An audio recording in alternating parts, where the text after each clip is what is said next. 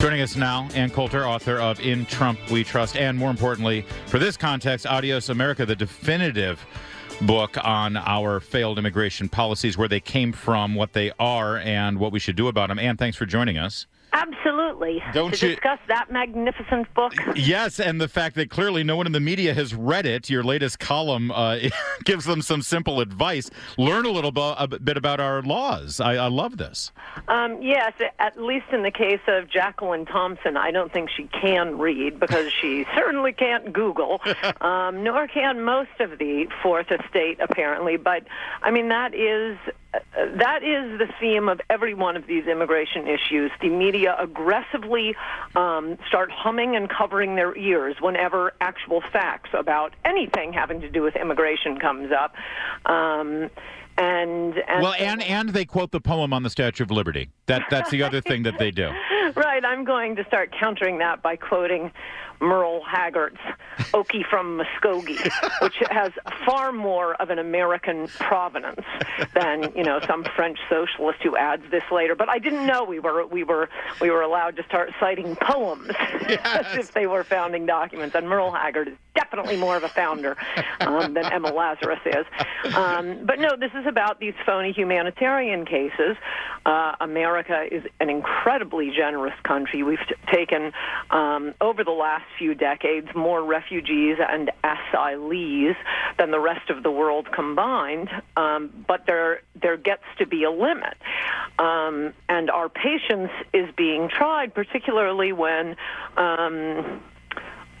there may be one true humanitarian case, one genuine refugee and one genuine asylum applicant.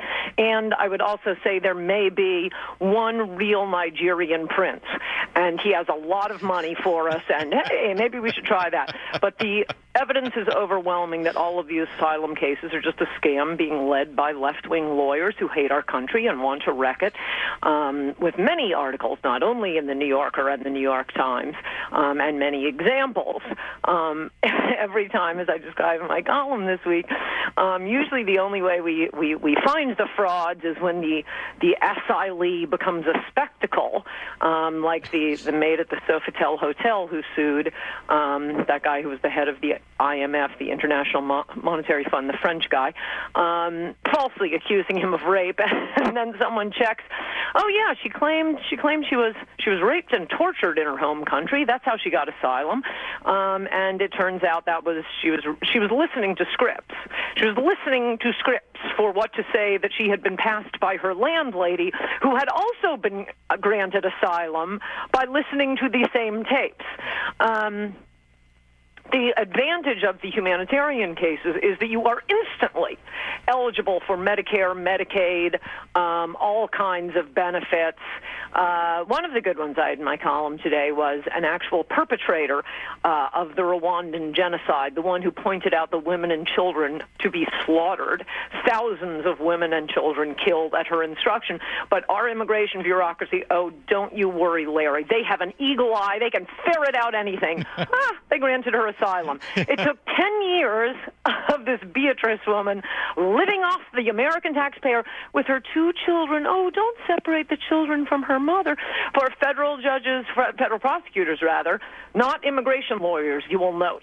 Yeah. Notice the adjective that goes in front of the word attorney here. And if it's ever immigration, it's basically Bernadine Dorn and William Ayers trying to destroy your country. Federal prosecutors figured out that, no, she wasn't a victim of the Rwandan genocide, as she claimed. She was a perpetrator.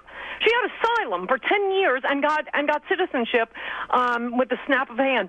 But I'm very, very sad to report, and they will be weeping about it on MSNBC now, the genocidalist woman has been separated from her children. And this is the problem, Ann, because we're not getting those facts. You are laying them out, and the journalists don't know basic facts about our laws, about the history of how these laws have been enforced. And in fact, you point out that this entire quote-unquote crisis that we're seeing, it's all completely a political stunt set up by these People Without Borders advocates. Yeah. It's really an offshoot from that big march that we saw up Mexico last month, right?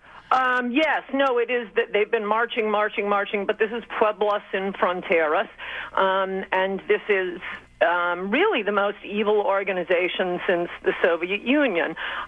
It is their ideological position that countries are not allowed to have borders. They demand that they can come into our country, immediately start voting, having all of the rights of citizenship, and they are leading these hordes and hordes of, well, as we now know, 9 out of 10 of the children are not with their parents. They're not with their parents. Are just saying, here, use my child. This will help you scam America. Right. And 9 out of 10. They've been handed off to human smugglers, or sometimes one of the parents or an aunt will go with the human smuggler. But I don't care. You pay $5,000-$10,000 to a human trafficker, one of these scums, and have them take your kid, even if you're accompanying them 2,000 miles across Mexico. You're a terrible parent. You've handed them off to the scum of the earth. Yes, and not surprising, they've aligned themselves with. But this group, Pueblos sin Fronteras, they don't care.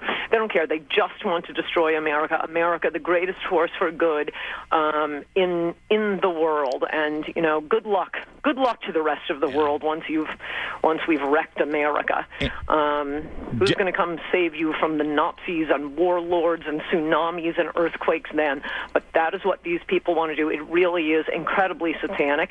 And I'd also say that I don't think, contrary to what MSNBC and CNN seem to think they're accomplishing by weeping, I notice for foreign children and never for the angel moms. In fact, a Washington Post reporter asked me yesterday when I said, hey, could we have some of this compassion for the angel moms? He said, and he was deceptively polite, so I'm not going to name him. That always gets me. He said, angel moms? Who? They don't even know about this organization of parents whose children have been killed by illegal aliens. And those are generally the ones who are killed, like Don Rosenberg's son, who was on a motorcycle. Illegal alien ran over his son on the motorcycle, backed up over him again, and ran over him again, just to make sure the job was done. They are sickening deaths, and that's not even including all of the heroin deaths. If you read the magnificent book Dreamland by Sam Quinones, which I promote almost as much as my own books, it really is one of the most magnificent books I've ever read. It's about the opioid and heroin crisis in America, and it's perfectly clear. He was a very good reporter from the LA. I used to read him in the LA Times. That 90% of the heroin in this country is coming from Mexico. It may have come elsewhere earlier times. I mean, there's a reason we kind of associate heroin with, like, San Francisco and New York. It used to come in on the ports from Asia. Not anymore. Now it's going straight to Heartland, USA. And oddly, as he describes, part of the reason we don't have the heroin problem is hitting the heartland and not the bad criminal areas we think of, Baltimore, New York, so on and so forth. Is the Mexicans don't want to deal with the criminals. They don't want to get killed. They just want to be Domino's Pizza for heroin. That's not even including all of those. But the media doesn't care about those parents. Oh no, could not care less. Couldn't place Mary Ann Mendoza. They're weeping about foreign children being used as as part of what is obviously a political stunt. And boy, if they win, and it doesn't look like it today, God bless President Trump, but every other Republican is folding, folding like a cheap suit. They are. He seems to be standing strong. If he does that, he's going to be fine in the midterms. If he capitulates on this invasion at the border, it's lights out for Republicans. On this we agree, and I want to explore that a little bit further, because I started the show with that very same position, that it looks like this president is not buckling on this, and frankly, I think he's winning, not on CNN, but I think he's winning across the country. Ann Coulter's going to stay with us a little bit longer, and I also want to talk about the truth behind this asylum thing, because if somebody really wants asylum, they don't do what these people are doing. There's a way to get asylum. We'll get to that in a moment, too. This is the Larry O'Connor Show. We continue with Ann Coulter, who's blowing apart most of the lies you're hearing from the media, and it is mostly lies about what's going on at the border, this whole bogus separation of children from their parents story. They keep calling them refugees. Ann Coulter, I'm living in El Salvador, and I'm a legitimate political or humanitarian refugee from that government. I'm going to Costa Rica. It's a couple hundred miles away. They're really good at handling these things. I'm not paying someone $7,000 to take me all the way across two nations to get to America. Right. I mean, that's the proof that it's a fraud. They're passing through other nations to get to the border of America. They're really escaping persecution in their own countries, and they'd stop in the first country they come to. No, instead, they're making these little kids trek for thousands of miles to get up to America, where I noticed, just from the things I see on Twitter, apparently these desperately poor refugees who don't even speak English, they all have in their pocket the number of an immigration lawyer in America. It's remarkable. Suddenly they get hired. It's and enough probably for the retainer. Yeah. No, it's a total good fraud. business, It's a fraud from beginning to end. And to watch these hypocrites on TV acting like they are the great humanitarians when, again, could we have a little humanity for your fellow citizens who don't get to live in fancy areas as you do and cannot avoid the scourge of the heroin epidemic and drunk driving, illegal aliens? Did you see the story last week about, part of it that's stunning about this is that it happened in Lansing, Michigan. An illegal alien mowed down this cute little 14-year-old kid, football player in his junior high school, I guess. It's utterly heartbreaking. But what was surprising to me is illegal aliens tend to go to, at least over time, it's been heavily in the Southwest, obviously. Yeah.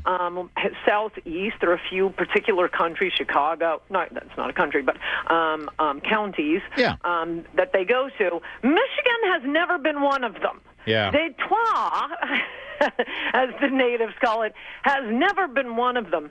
When this is happening in Lansing, Michigan, it is every place. There is a reason this utterly implausible candidate who ran for president on the motto, build the wall, won. But it doesn't occur to any of the journalists, wonder why that resonated with people. Yeah. Maybe we should go to America and find out. Again, I'm working on my little business plan here. I'm going to come to Washington and teach Washington reporters how to use Google. But to that end, and I've only got a minute left, I'm getting a feeling, the same feeling I got in 2016 when all the smart people said it was a disaster for Trump and the Republicans to embrace this border policy. The same people are saying this is a disaster for the midterms. You look at this White House and the way they're actually being pretty disciplined on this. I thought Kirstjen Nielsen was brilliant yesterday. I think they're winning, Ann. Do you think they're winning? Absolutely. If Trump hangs strong on this, if he gives in to the idiot Marco Rubio types on his staff, he'll be dead in the water.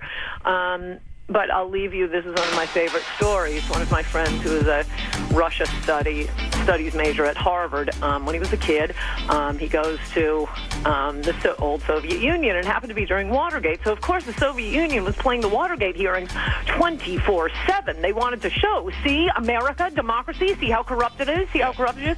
And my friend told me every place he went, ordinary Russians would come up to him, and all they asked him was, does everyone in America have such nice shoes? So, MSNBC and CNN think they're showing us one thing. Oh, the children. I think most Americans are watching this and seeing, boy, there are a lot of them. Yes. Oh, that's a great point. Ann Coulter, I love talking to you, and it's been too long. Thank you for coming back. Adios America is the book, and we're going to post your latest column. It's brilliant, as always, over at WML.com. Thanks, Ann. Good to talk to you, Larry. Bye-bye.